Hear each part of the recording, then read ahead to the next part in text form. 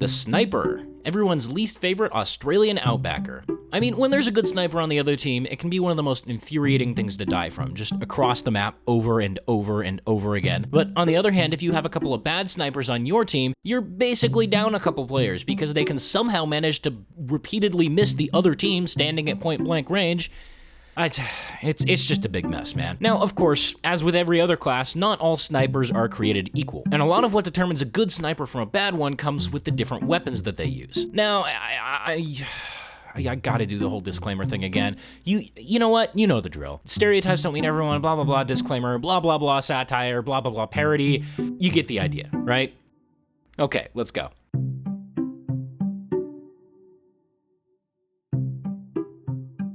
This is another one of those stock weapons that is so widely used that it becomes difficult to pin someone down just because they use it. But interestingly, I have noticed that the stock sniper rifle has the biggest variance in terms of its alternate versions. And no, I'm not talking about the op, I'll get into that one later, but I mean like the ones that are still the stock sniper, just with stuff added on. So for example, bot killer sniper rifles seem to attract anger snipers. I'm not really sure why. They're not overly edgy, and while they do look cool, there's no reason for it to be as widespread as it is. These are the ones that tend to be renamed really overused edgy and immature things like aimbot.exe, a Lenny face, a point-and-click adventure game, a racial slur, etc. Australian snipers have a 50-50 chance of being either godlike or complete shit. These are also the ones that tend to be renamed bullshit Latin words because they want everyone to think they're smart. Festive snipers, the original limited ones, not the skin festive ones. Festive snipers are the ones that you should actually watch out for. These guys are almost always really good. Their rifles aren't usually renamed, and if they are, it's probably an inside joke with their friends or it's named after their boyfriend or girlfriend. Despite all of these, if you see a stock sniper, just be observant. You should be able to tell pretty quickly how good they are and how you should approach them.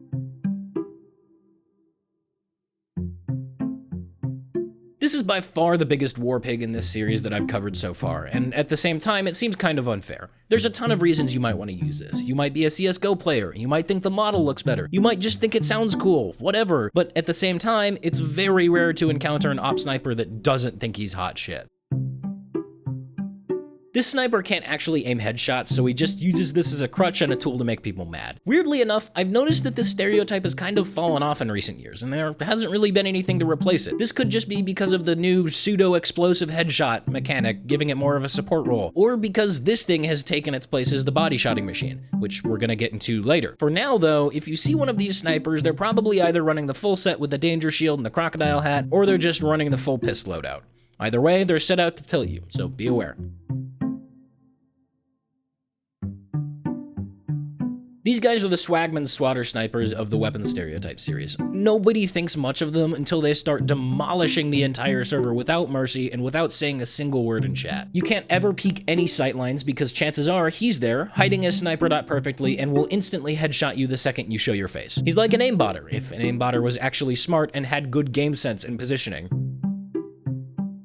3 words. Fully charged body shots, if you count body shot as one word, which I do. This guy has no qualms with giving up the flashiness of a headshot to secure a kill, and will do it regularly, to the point where people get more salty about body shots from these than they do with body shots from the Sydney Sleeper, which is the weapon that was made for that. You can find these guys on maps with really tight corridors like Dust Bowl or Turbine, trying to get those sick collateral kills for their montage. I wouldn't necessarily say it's a war pig, but if you see a Machina sniper, there's a good chance he thinks he's really good at the game. Also, I'd be hard-pressed to skip over the ever-present body-shotting Machina Danger Shield Gibbous Vision 2-Fort sniper. This guy doesn't even know what game he's playing, but is still somehow out-sniping you. He'd probably taunt, but I don't think he knows what button to press. This isn't as big of a war pig as the Upper Hand, but it's still pretty significant. I mean, it makes sense. This weapon rewards you for hitting headshots and it punishes you for missing them. So if you use this, you're probably pretty confident in your ability to hit them. Now, I haven't seen this stereotype myself to the same extent that I've seen others. Maybe that's just because of my limited experience with the class, or maybe that's because everyone who mentioned this in comments or tweets or whatever are all organized and feeding me misinformation to mess with me. I don't know. Most Heatmaker snipers that I see are just kind of mediocre. Also worth noting that these guys seem to get tilted very easily. Market guarding them a few times will almost always cause them to switch off to pyro or something, which by the way isn't gonna help you all that much for very long. This guy is almost certainly memeing. I mean, you really can't even pull the new player that doesn't know any better card, because 90% of the time these guys can't even figure out how to fire it, and they just switch back to whatever rifle they were using after one life. Like, yeah, it's that bad. So if you see a classic sniper, he's probably just dicking around with his friends trying to get 360 no-scope, headshot, YY fakey ladder stall kills and other dumb shit. I don't know, dude. If I had to describe the Huntsman with one simple Bill Wirtz reference, it would be... Wow, that worked?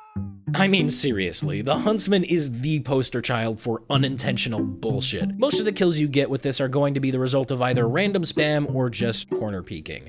Like, lots and lots and lots and lots of corner peeking. And I'll be the first to admit, there is definitely some skill involved with this weapon. Plus, snipers who use this tend to be way more aggressive than your typical stock snipers, which I appreciate, considering I really dislike fighting against more passive playstyles like the black box conch thing. But if we're being honest, there's a very good reason that it was nicknamed the Luxman.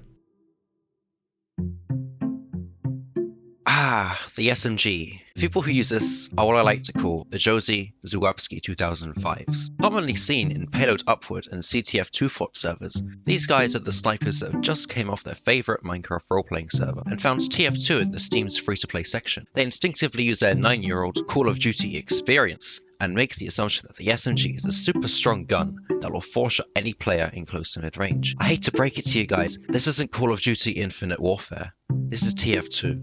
You can tell these guys apart by a few things. Firstly, you'll notice that they have 2000 and something at the end of their name, most commonly 2004 for whatever reason, and that is also accompanied by their silver casual badge and their newly acquired ghostly gibbous.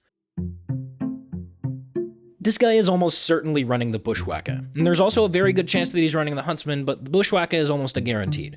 It's not a very good weapon, in all honesty, but it's very effective in one specific situation: tank shredding. You'd be surprised how well this works with your swing speed maxed. Anyway, outside of MVM, the one thing that you can assume for sure about this guy is that at some point, he's going to run at you with his melee out, and he's probably going to fail miserably.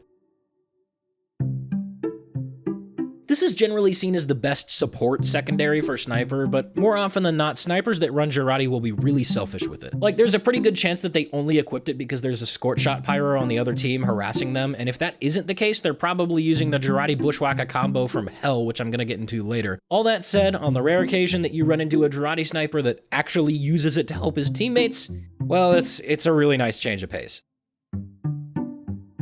This guy is sick of spies, but can't be bothered to actually use his ears. It's considered meta in a lot of competitive leagues, or it was at some point, but it's not as hard of a counter to spy as some people think it is. This is because most Razorback snipers think they're completely immune from spies, and they just seem to forget that, you know, spy has a gun. He can shoot people with it. But of course, these guys just ignore that and stay permascoped until they get shot, and this opens up a whole bunch of ways to mess with them, which is always fun. Okay, stop the video. I am Snow, and I hereby take over this video to talk to you about the Darwin's Danger Shield. This is not a joke, so listen up. Using the Darwin's Danger Shield is bad, and you simply make a fool out of yourself by showing the world you are a coward and a terrible sniper. What's worse, it lacks any form of respect for the enemies. If you see someone using the Darwin's Danger Shield, do not take this lightly. Kill them quick, taunt, shit-talk them, and call the cops. The safety of our people is in your hands. Thank you. And you, Smitheroo of the audio. You say one thing good about the Darwins. You play one game with the Darwins. You upload one clip with the Darwins. I will find you, and I will kill you. You think this is scripted? Well, why don't you go ahead and find out for yourself? Thank you for watching. Don't forget to like and subscribe. This isn't nearly as good as it used to be, but it's still used by those who really like to stay at one end of the map and permascope down a sightline. Once you get body shot by them once, just avoid that one specific sightline for the rest of the game, because chances are they'll be there the entire time. The flinching immunity only happens when their rifle is fully charged up, so they tend to get tunnel vision very easily because they don't want to lose that immunity, which again means that it's pretty fun to mess with them. There's nothing really special about this weapon, honestly. You'd be better off looking at what type of reskin they have to get an idea of what you're dealing with. That said, it would be a crime to move on without talking about this thing's crit rate. It's ridiculous. That's it. This is pretty commonly run with the Razorbacks simply because these guys can't stand spies and they want a means of tracking them down while still having backstab immunity. They also love to tell you how the 33 damage hit and 48 bleed damage adds up to more than 65, so it technically does more damage than stock. Like, seriously, if I had a refined medal for every time a Tribalman's Shiv sniper berated me for using stock and then telling me about how theirs does more damage, I'd be able to I don't know, I'd be able to buy something ridiculous. The point is, they never shut up about it. The Shanasha, the Shanshaha, the Shanasha, the Shansha. Okay, cool. The Shah is one of those weapons that seems like it could be really cool on paper. And granted, in certain situations it is. In fact, it can be pretty ridiculous. But that said, most of the time it isn't. Like, if you get down to that low health and you're within melee range, you're probably dead anyway. And an 81 damage hit as opposed to a 65 damage hit really isn't gonna change all that much. I mean, really, you still 2-shot light classes and you 3-shot demos and pyros still. I guess you 2-shot medics now and can 3-shot soldiers, so that's okay, but if you let either of those classes get that close to you, you probably deserve to die. That said, the people who use this will swear by it, much like some medics do with the Solemn Vow. For this reason, they'll try to pull it out and use it at every opportunity so that they can prove to themselves that it's good, and that usually puts them at a disadvantage. Hey you!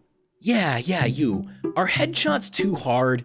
Do you hate the fact that the dedicated long-range class is weak at close range? Do you need a get-out-of-jail-free card for when someone tries to exploit that weakness? Well, boy howdy do I have a weapon for you. I just said boy howdy unironically. Kill me now. Seriously though, the Bushwhacker is almost exclusively used with the Jarate, or sometimes the Carbine if they're memeing, but it's generally used by snipers that can't kill someone before they get too close, and they also can't hit anything at close range. So instead, they'll just run this combo and get free crits. They'll camp the resupply locker whenever possible so that they can have next to no cooldown on their Jarate, and they will always use the Schadenfreude after getting a kill with it. Everyone who doesn't use it can't stand the people who do use it, and everyone who does use it is extremely defensive about using it and will fight tooth and nail trying to justify it. So overall, it's just a big mess, man. There is one good thing to come out of this combo though. Once you get Jarati'd, the sniper who threw it will relentlessly focus you and get extreme tunnel vision trying to kill you. This means that you can bait them very easily, leading to some funny situations. And that's it. That's all the sniper weapons. Same deal as always. We're gonna finish up the series with Spy next time, so let me know if you have any suggestions. And that's it. It's over. You can go now.